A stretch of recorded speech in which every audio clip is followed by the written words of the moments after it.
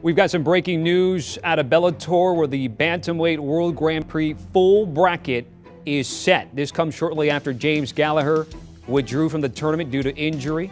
That injury requires surgery, so the Irishman will miss out on a chance at the $1 million prize. He's the second tournament fighter to leave due to injury this week. The first was Bantamweight champ Sergio Pettis. Pettis posting on his social media account that he suffered an injury on Monday that will also require surgery and take him out anywhere between 6 to 9 months barring any setbacks. He did not specify that injury, but says that the procedure will be the first one in his MMA career, so that $1 million prize will also hand out the title of interim Bantamweight champion. So here's your first look at the official World Grand Prix bracket. With the loss of Pettis and Gallagher, Scott Coker and Bellator have decided on 2 wildcard fights to fill the 2 slots in the quarterfinals. Those fights will take place April 22nd at Bellator 278 in Hawaii.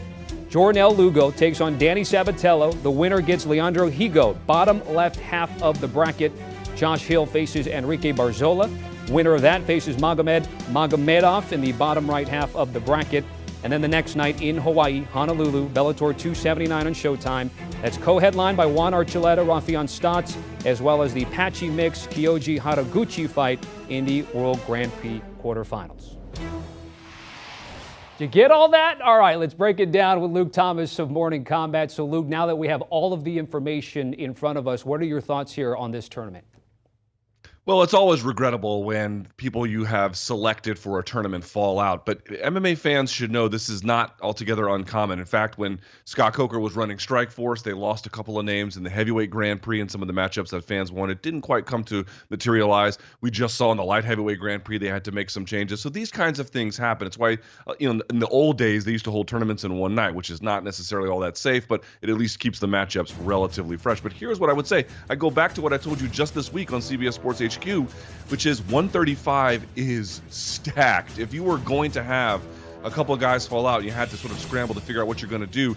This is a great scenario. Look at this. Lugo, undefeated. Sabatello, just a phenomenal. I think he's 11-1 in the weight class, coming off of the biggest win of his career. You go to Barzola, he is also coming off the biggest win of his career, I believe, over Darian Caldwell. I have to double check that, but certainly Josh Hill, one of the better names. I think 21-4 is his record. So in each case, Lugo, undefeated, ATT, Sabatello, a dominant wrestler coming off the biggest win of his career. Barzola, a guy a lot of people have named to be sort of a future contender in this division, and Josh Hill, who's got a ton of experience, 21-4 being his record. Again, are those necessarily like the things that would be the first order pick? I don't know. But as a replacement, as now a play-in kind of situation into the tournament, it adds a little bit of depth and new wrinkles, and it does give a chance to one of those names, while somewhat newer on the scene like a Lugo, although Hill has been around for some time.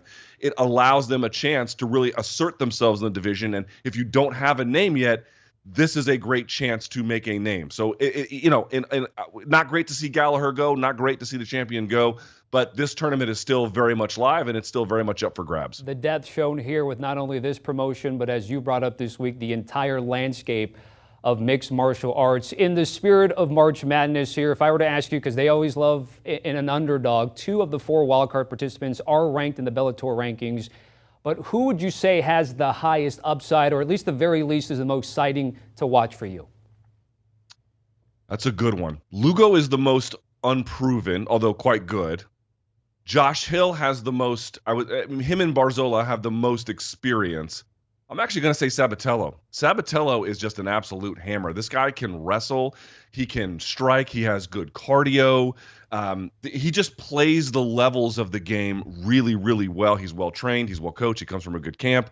There's just a lot of different things about him where you look at him, you're like, okay, does he have all the wins, for example, that a Rafion Stotts does, or obviously a Pettis or a Haraguchi? No, he's not there yet. But based on where they were at similar stages in their career, 11, 12 fights, something like that, were they doing the kinds of things that Sabatello was? And I would say, yes, they were. But that means he's on par, at least in theory. We have to see, he has to prove it.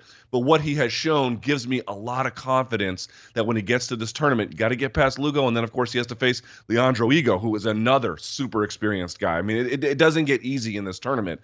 But what I'm saying is, you're asking about upside. Who can climb that ladder? If I was forced to pick, I'm going to go with Sabatello. He has shown to me the highest amount of upside. get you out of here on this. And again, you can change your mind with Brian Campbell in Morning Combat before we get to 278 and 279. But take us through the bracket. How do you anticipate the quarterfinals will go, the semis, and ultimately who will face off in the finals? All right, so this is very much guessing. We have, this is why they have to fight. You have to see it all play out. Let's start left to right. Between Archuleta and Stotts, Archuleta is more experienced, but Stotts, to me, probably the better fighter. I'm going to lean towards him.